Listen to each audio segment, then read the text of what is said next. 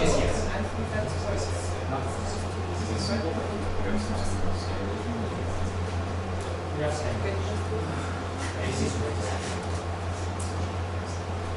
but okay. there is a vertical calculus, but this is a reason.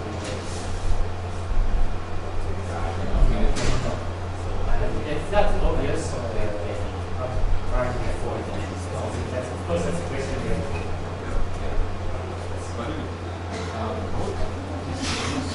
This is quite the ordinary.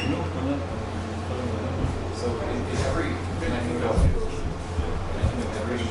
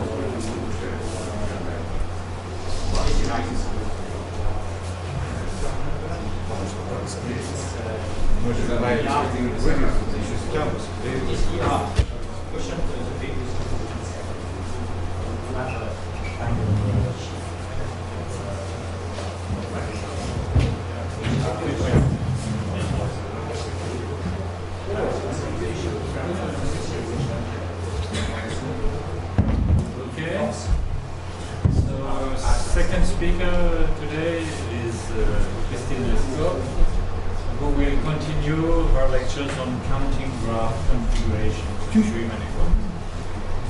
Okay, so thank you very much. So I'm first going to record what I said yesterday, and I also want to warn you that this talk will be very different in nature from the previous talk. I'm going to try to survey some more recent results I got on this topic. Okay, so let me first start by recalling what we said last time. So our model for stream manifold was S3, and we see S3 as R3 union a point at infinity, and so it has a distinguished unit ball and a distinguished neighborhood of infinity.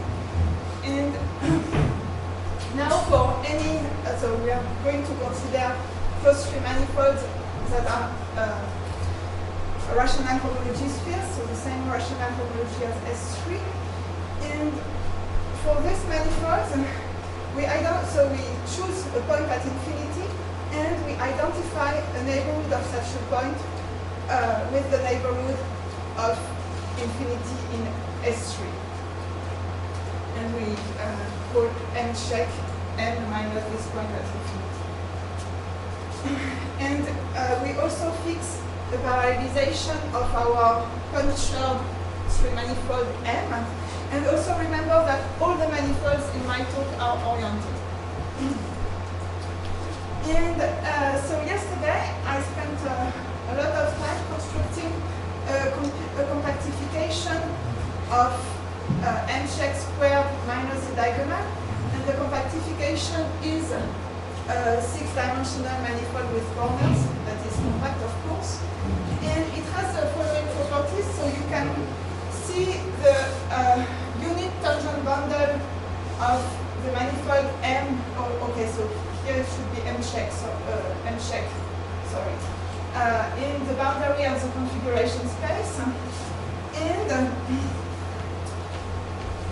a trivialization like this, which is standard near infinity, meaning standard in our standard neighborhood, the infinity minus infinity of the infinity of infinity, provides a canonical map from the boundary of our configuration space to S2. And so then the fact that we started with a rational homology sphere guarantees that our configuration space has the same rational homology as a sphere S2.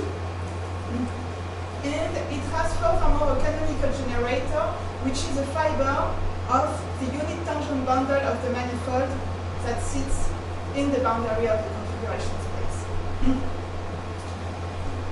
And now, what is a propagator?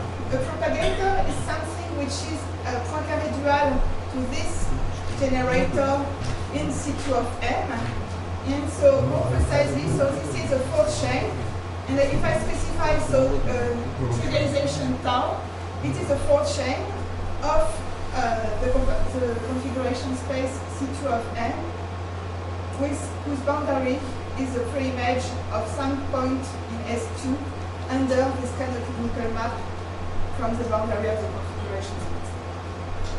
Okay, so this was more or less the talk of yesterday, and with all of this stated, I just keep the definition of the propagator here. I stated the theorem at the end of my previous talk, and this theorem, which is mainly due to Kontsevich after ideas of Whittle, tells us that if you take the algebraic intersection of three propagators in C2 of M, then it will give you a topological invariant of M equipped with the trivialization tau, with the parallelization tau of the manifold.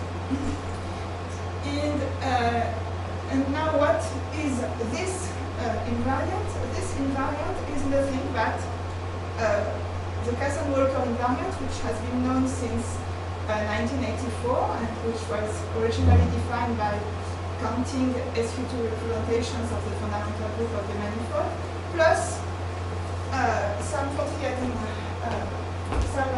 Contriadine number, and this is a relative Contriadine class, and this defines, so when I say that this is an invariant of rational homology spheres equipped with parallelization, what I mean is, of course, equipped with homotopy classes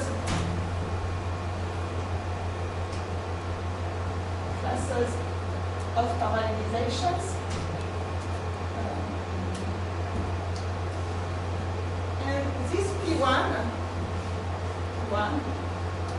is some map that maps these homotopy classes of parallelization to Z.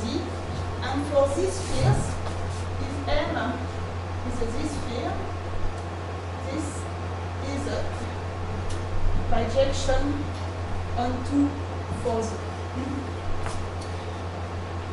Okay. So, now I want to state first a small generalization of this result. And this is the following one. So now remember that inside the boundary of the configuration space, I have the unit tangent bundle of the manifold. And also remember that this map Q tau was, so it didn't require tau to define it outside this unit tangent bundle of the manifold, but tau was only needed on this tangent bundle. And what it means is that this Q tau minus 1 of A, it was so something here, union some section of the unit bundle of the manifold, and this section was a section that was constant with respect to our parallelization.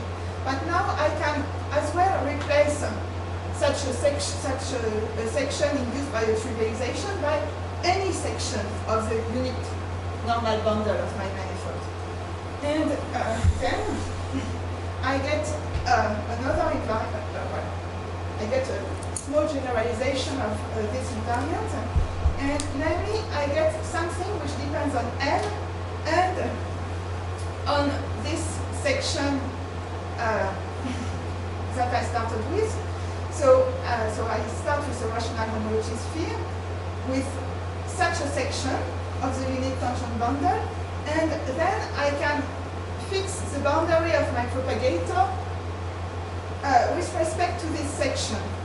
And when I have a section, I can also consider, and I require my section to be constant, again, on my fixed neighborhood of infinity in M shape. So this is a neighborhood of infinity. So if I have such a section, I can consider the opposite section.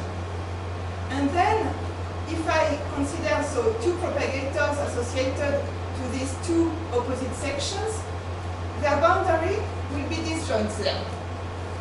So I can, again, I can now just look at the intersection of these two propagators. So these two propagators are two codimension, two chains in my six-dimensional configuration space C2 of M. And so this will be a codimension 4 manifold, so dimension 2 manifold. And since the boundaries are disjoint, it will be some manifold without boundary. And because, again, since there is no 4-dimensional homology in C2 of M, I know that this homology class will be well defined. And so now I have a well-defined homology class associated with a section, and I have a well-defined canonical generator for my second homology of the configuration space, and so I can define an invariant which is just the coefficient of this homology class with respect to this basis of this module which is OQ. Okay, and now the result is that when we do this, we get an invariant of homotopy class of this lower vanishing vector fields in M check up to homotopy.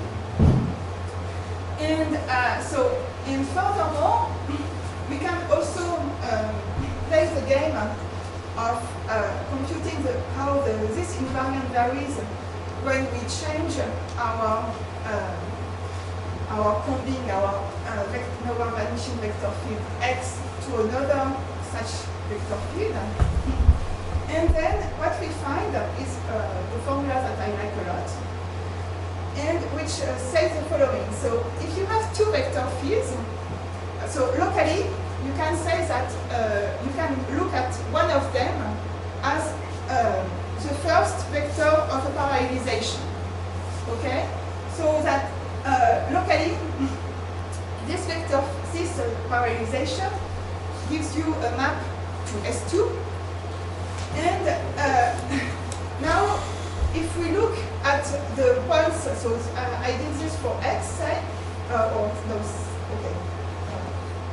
These are some mistakes. Here it should be N equal N X equal minus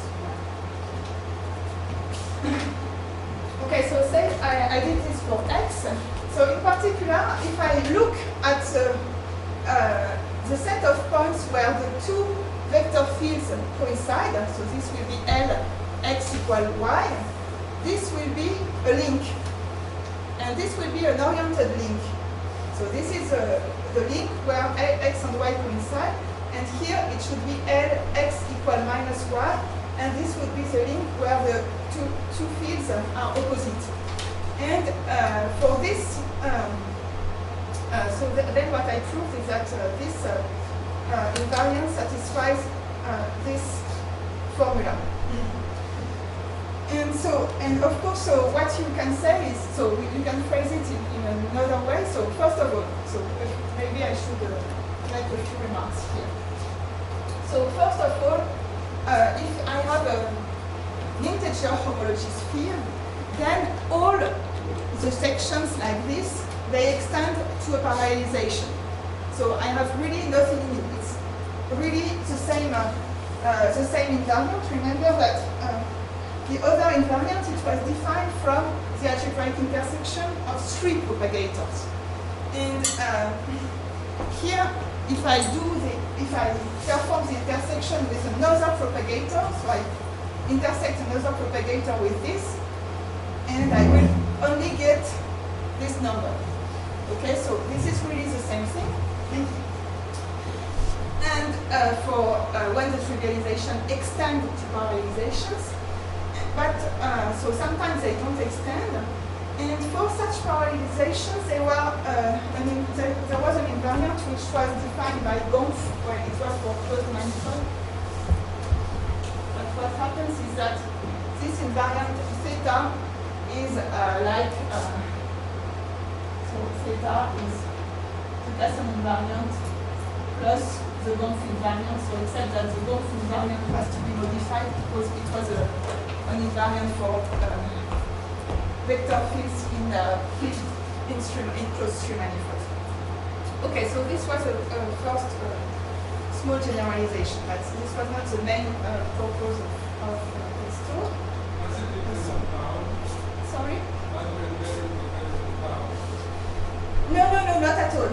So I just used this. So I just wrote this as Q tau because it was defined as Q tau before. And it does not depend on tau at all. Thank you. Okay, so now I wanted to tell you about the way of counting graph configurations, but for more general graphs, not only for graphs with two vertices as I've done so far. Okay, so I'm going now to consider some integer n, so any integer n, and I'm going to choose a family of propagators. They have to be distinct and generic of my configuration space equipped with the parallelization power. And now what I want to address next is how to count configurations of these kinds of graphs. So what I've done so far is explain you how to count configurations of this, and I want to explain how to count configuration of this. So what is this? This is a trivalent graph, so every vertex is trivalent, with 3n oriented edges, and then it has 2n vertices, so here n is equal to 4 in this picture, and it has no looped edge.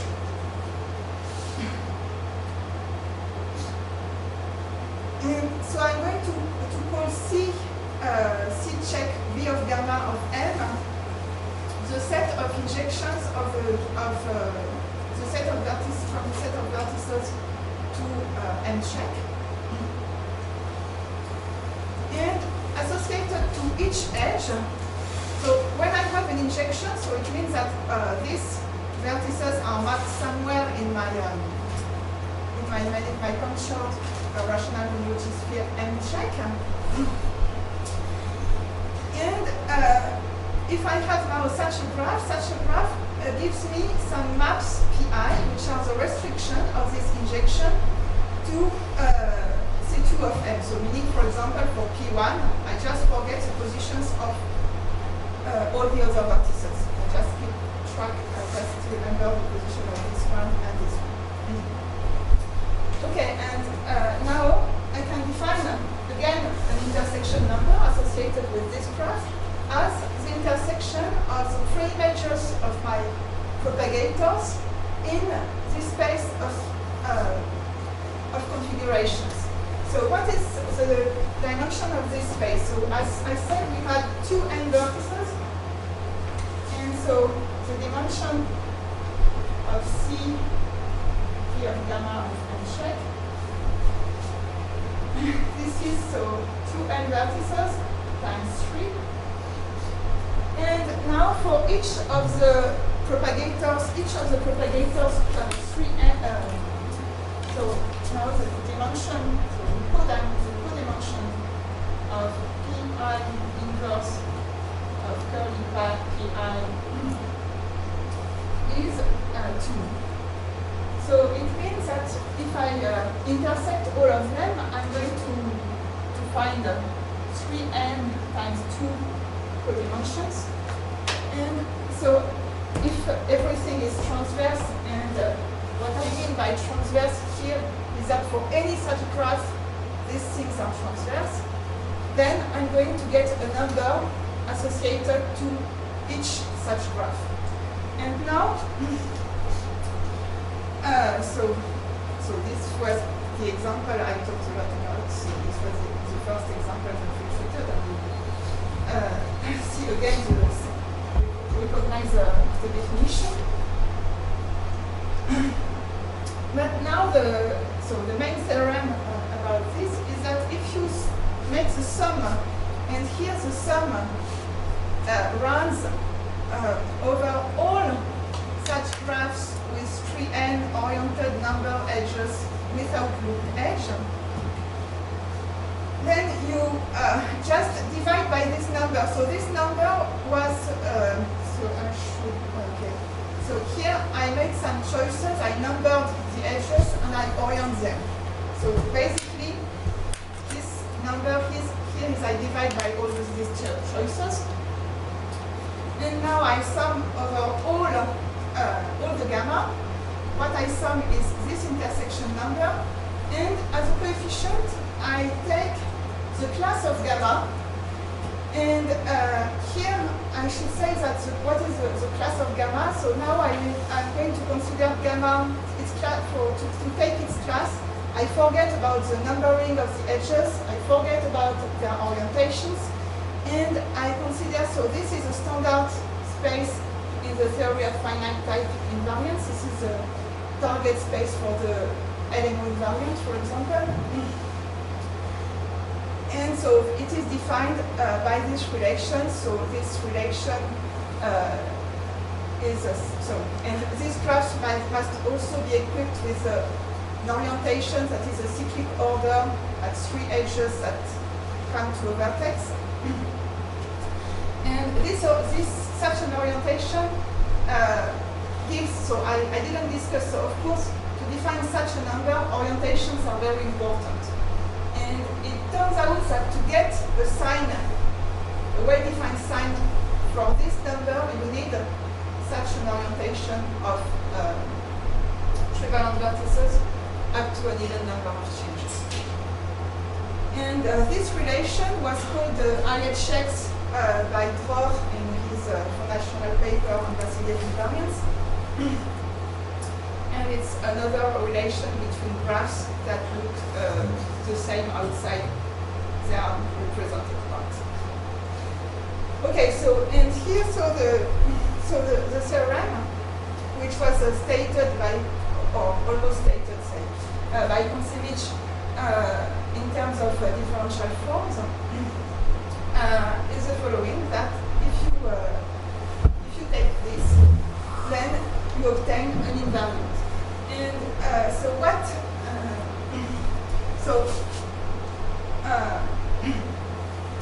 Now what happens? We can get rid of the data of the parallelization tau as before with the help of this map induced by confligating classes. This map is also called Hirzebruch effect by some authors. And so there is a constant which is called anomaly, because all of this comes from physics. And so, and if you, with this constant, if you do the following operation, so you take the series, which is the series of all of these for n in the set of integers, and you multiply it by this exponential. Here the product is given by disjoint union. Then you are going to get an invariant, which is really an invariant of M, and not an invariant of M equipped with the parallelization part. And this invariant, so it is a result of Greg Kuperban and Dylan Thurston, that this invariant is equivalent to the Lee-Murakami-Otsuki invariant for integer homologous fields. So in particular, as Tang explained in his talk, so this LMO invariant, it dominates all the Reshetikhin and Turaev the classical Reshetikhin and Turaev invariants. And the way they proved this theorem was by using the theory of finite type invariance for integer homologous spheres. And this theory, so it has as a generating move, so the usual theory of Vasiliev invariance is generated by a move. We can say that it's generated by a move that is simply the crossing change. For this theory, for integer homologous spheres, the theory is generated by the so-called Sergei Matveyev's Borromean surgery. Okay, so now what what Dylan and Greg proved is that in order to prove that the invariant Z is equivalent to the invariant LMO, they prove that both of them are homomorphic expansions in the sense of Dwarf's-Talk. Okay, so and now what I did in this preprint was considering another elementary relation on rational homology spheres. So namely, you remove something, you remove a piece with a boundary surface, and you replace by another such, so that the linking number in the exterior of the piece you removed is unchanged. And I proved that this Z was a homomorphic expansion with respect to this generalized Matveyev's move. And then Delphine Broussard computed the associated finite type invariant theory, so the graded space associated with this theory of finite type invariance. And Gwenaël Massillot proved that the LMO invariant is also a homomorphic expansion for this theory.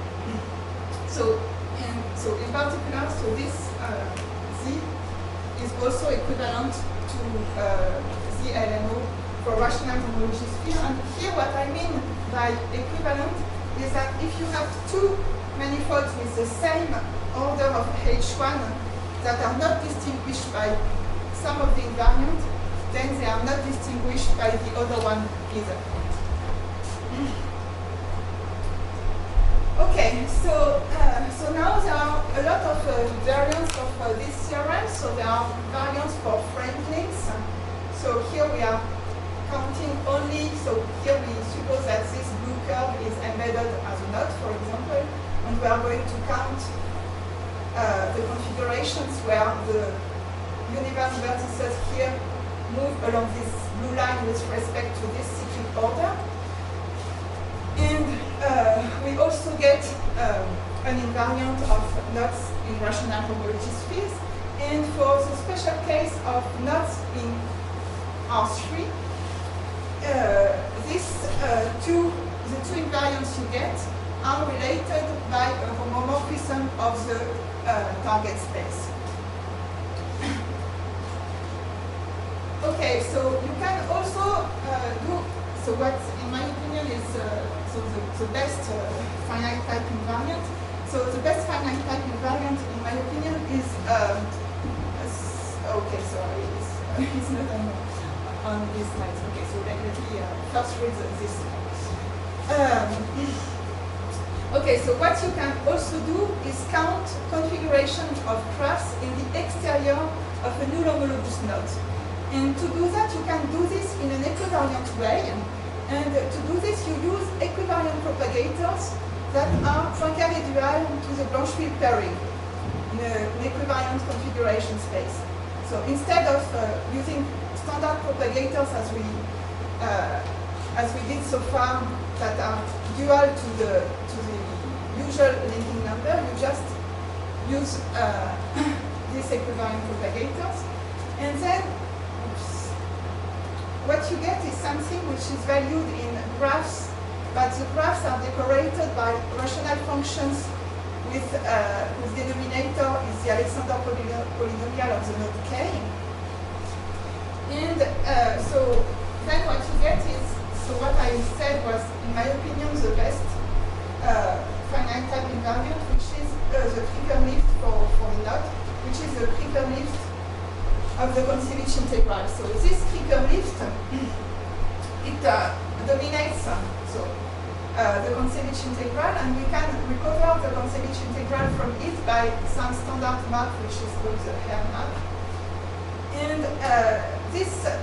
and also if we know this invariant for a knot, then it determines the invariance of all the branch covers over the knot, along the knot. Okay, so this I did this in several preprints. The references are in green. Okay, so but now I'm going to go back. Oops. I want to go back to my favorite invariant, which is the theta invariant, and to be more concrete now. So, and I want to show you how we can actually compute with this definition. And okay, so what I'm first going to do now is to show you an actual propagator that I constructed with Greg Cooperberg. And here is the propagator. So I'm going to start, and this is a new beginning for the talk. So maybe it's a little late to begin this new talk.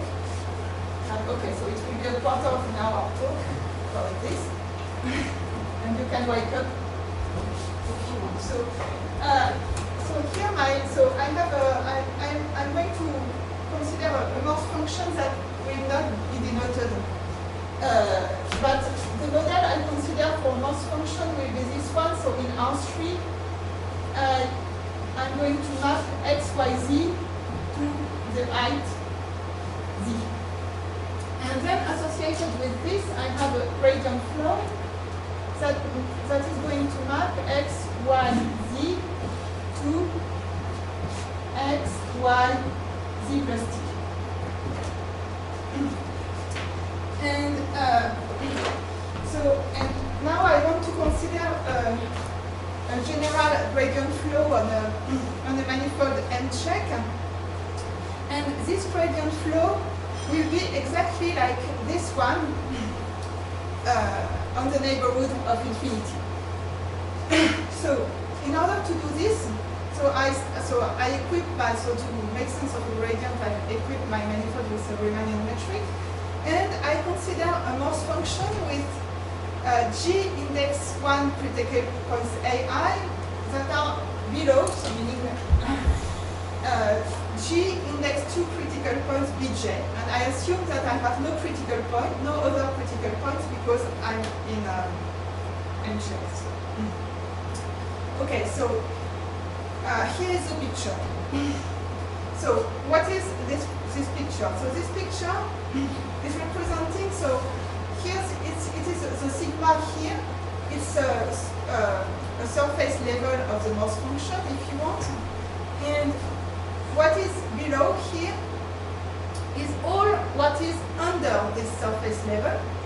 And I have my gradient field, which points upward everywhere outside the box and near infinity. And what is over, then it's so it's the same thing, but it's over, and I have my critical points, which are the B's here, my index 2 critical points. Okay, so now let me describe the flow a little bit more. So the flow, it must be going out of this surface, so it is perpendicular to this level surface. So and it is an outward vector field for this surface and an inward for this one.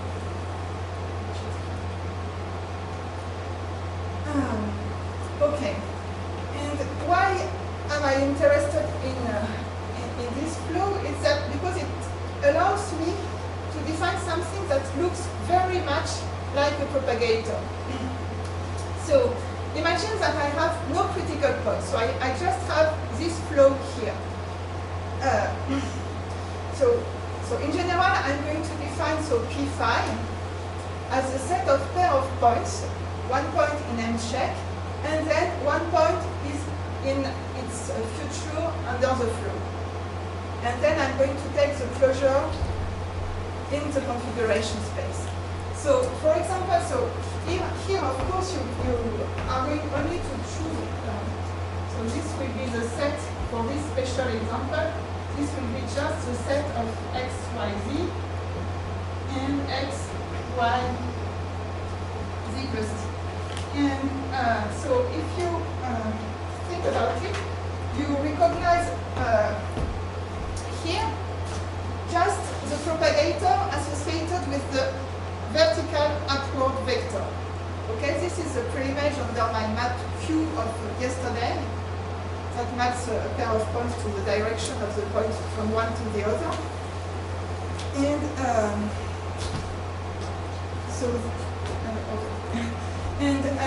so this is this p phi in this case, in this special case, is exactly a propagator, and it is a standard one, the one I started with in the very beginning, the one associated with made of the pair of points whose direction is the upward direction.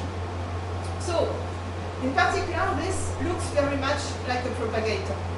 So now let's look a little bit more on how it really looks like. Okay, so what is going to be different is near the critical points. So near the critical points, here I'm going to see my critical points at AI, and here I have a flow line that goes towards this critical point. So the pair of points here and here, for example, they are in my p phi, and the same for a pair of points, one here and one here. But and now you have so the descending manifold are these two lines, and the ascending manifold is just so it starts like as a disk that is flowed up and becomes maybe very complicated in this part. Yeah, in this other part. But if you look at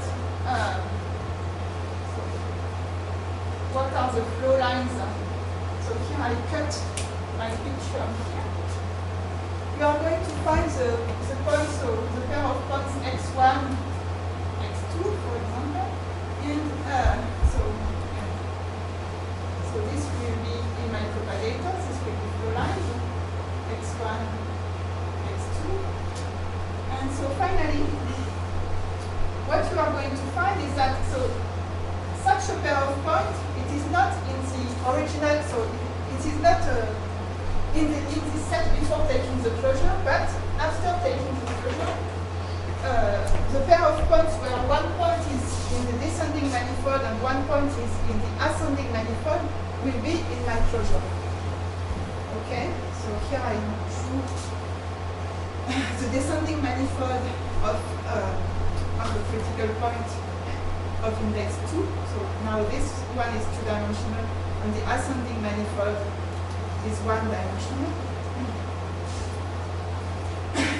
And so as I almost sketched, if you look at the boundary of your p phi here, and you don't look at what happens on the boundary of the configuration space, just in the interior of the configuration space, then you are going to find the product of the descending manifolds by the ascending ones.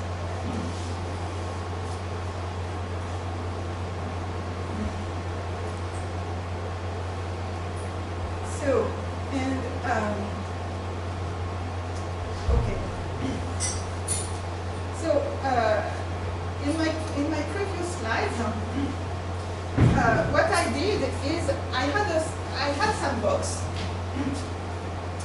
I had some box in my manifold, and I like this picture because it looks like you are opening the box and then seeing something which can be very complicated. But actually, when you open it into two very simple pieces. But what makes the manifold will be how these simple pieces are glued together. Okay, and this is drawn. This is usually drawn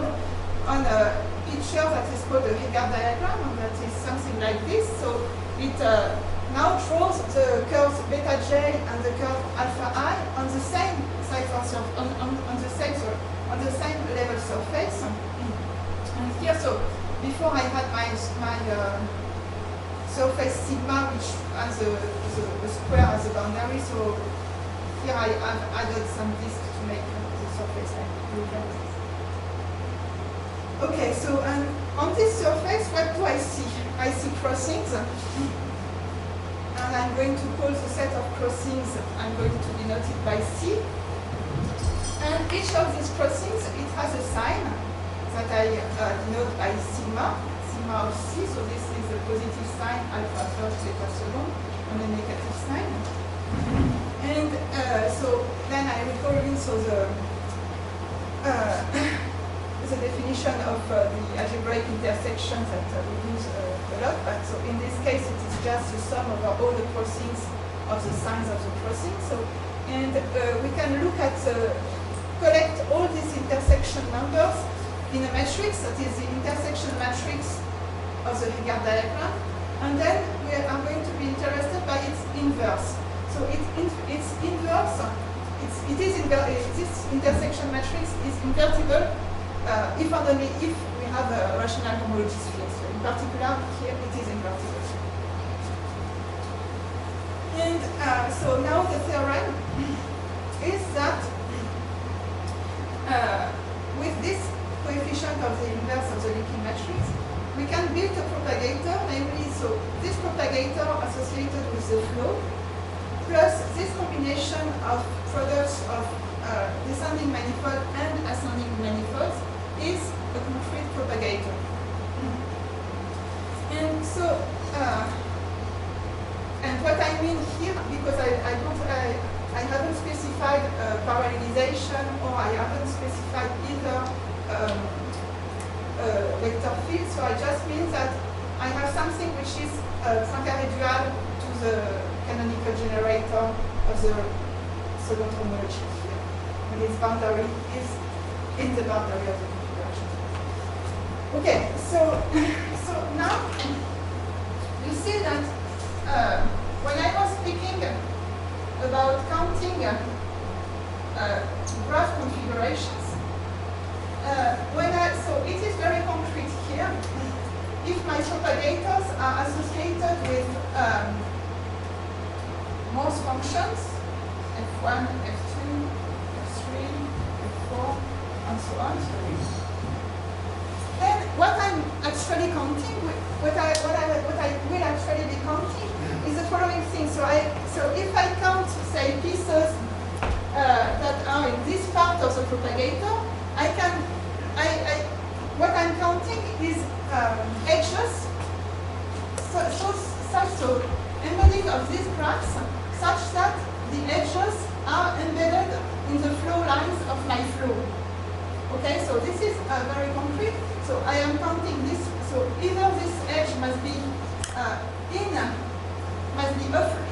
inside the flow line of a flow, or these 2 points must be one in the descending manifold. The first one is in the descending manifold of an index 2 critical point, and the second one in the ascending manifold of an index 1 critical point. So both these things are 2-dimensional, so this is 4-dimensional as we expected. Okay. Oops. Oh, 20 minutes. Okay, so this answer a question, say, that was raised by Fukaya in 1996, and he wanted to define invariance counting this kind of things, counting this kind of things, but there were some gaps in his work. And then Watanabe tried to rework on this definition, and there is also related work by Shimizu. This really gives you a solution to this problem. Okay, so I'm not going to prove this. So I had a nice pictures for this. Okay, like you can see, very quickly. But now I'm going to say, so how does this really provide a combinatorial formula now for theta. So with this propagator, I was able to compute, to produce a combinatorial formula for the invariant theta. And I'm just going to describe using gradient. Okay, so in order to describe such a formula, I have first to choose something that is called a matching.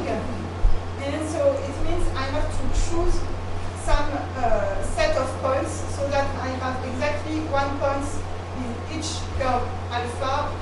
These are crossings, and I have exactly 1 point in each curve alpha and 1 point in each curve beta. So I remember them, and I say that these points are in alpha I intersection with beta.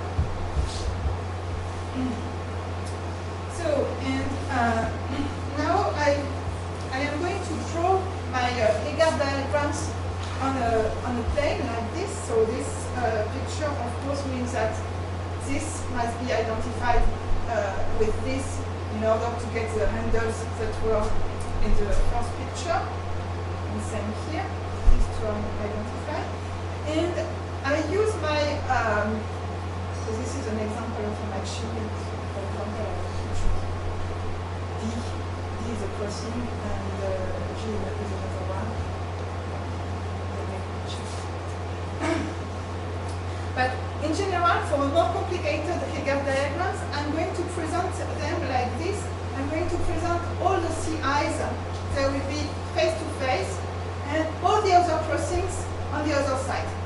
And all the tangents here, they start all with horizontal tangencies.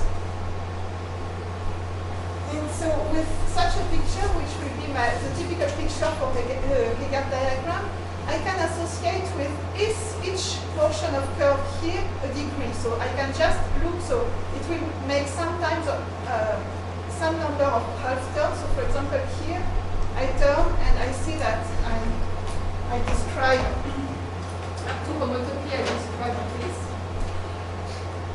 And so this will, I'm going to map it by 1/2. This will be a degree. So all my curves or the diagrams have some degrees. And so for each crossing, I can define a degree, which is a degree. So I have my favorite crossing. I start with the crossing C. This crossing C, it belongs to some curve beta J of C. And then beta, so then these two crossings are on the same beta curve. So there is, these beta curves are oriented, so we can go from this one to this one on the beta curve, and this is what this thing means. And so these things has some degree. And now for each of the curve beta, I can just follow it and add all the partial arcs that make the curve beta to obtain a degree. Here I have again the coefficient of the inverse of the intersection matrix, and here I have intersection between curves alpha and arcs of beta. So I'm just showing you very quickly the ingredients of the formula. And so again, with the inverse of the linking matrix, I obtain some number.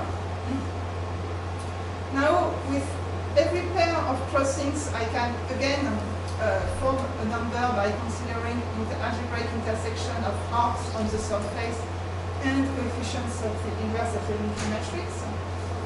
And I can combine all of them, all of this number, in some big, some big combination. And the final theorem is that this gives you a combinatorial formula for this theta. And here I should say just one word, and I'm going just to finish with one word about what is this thing here.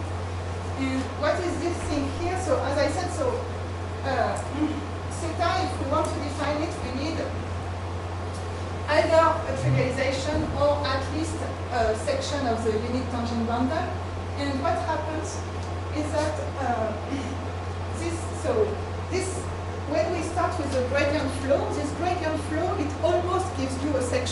the unit tangent bundle. Namely, it is a section of the unit tangent bundle, except at critical points, where the gradient flow is 0.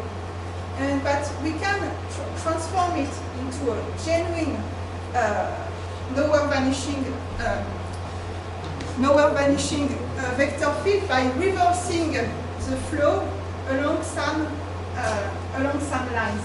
And the lines we choose to reverse the flow are exactly the gradient lines that correspond to the CI.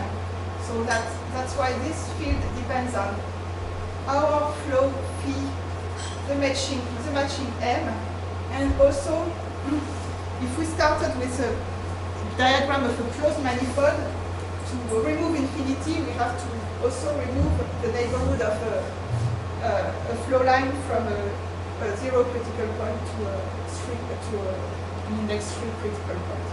So this is what's the W here. Okay, so I'm sorry, I was very quick here, and I finished. I just wanted to show you the ingredients, so the flavor of the ingredients. So thank you very much for your attention.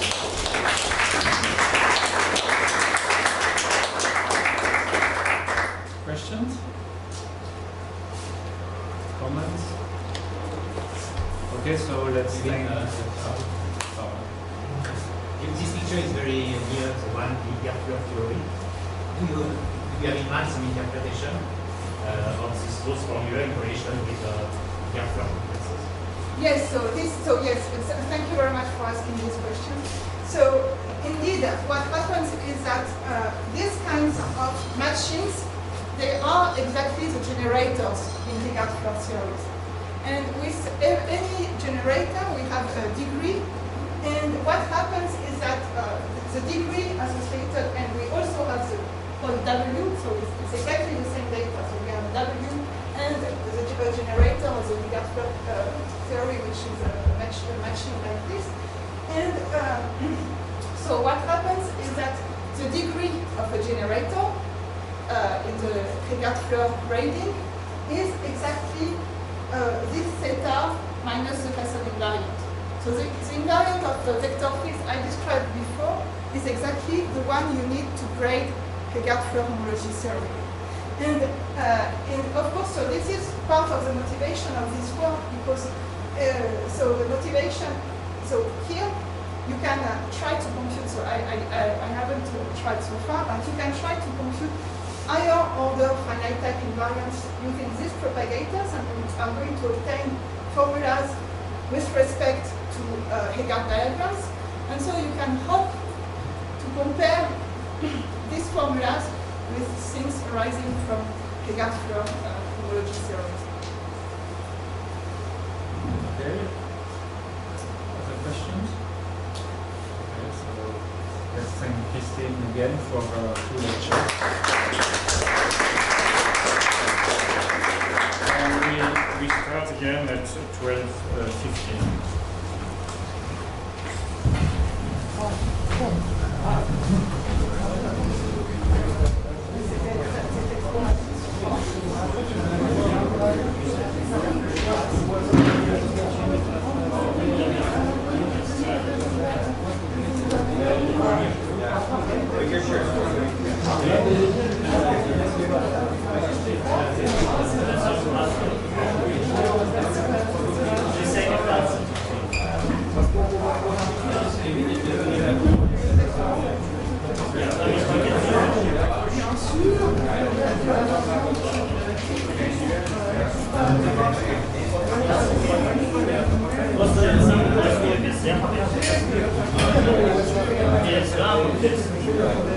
Yeah.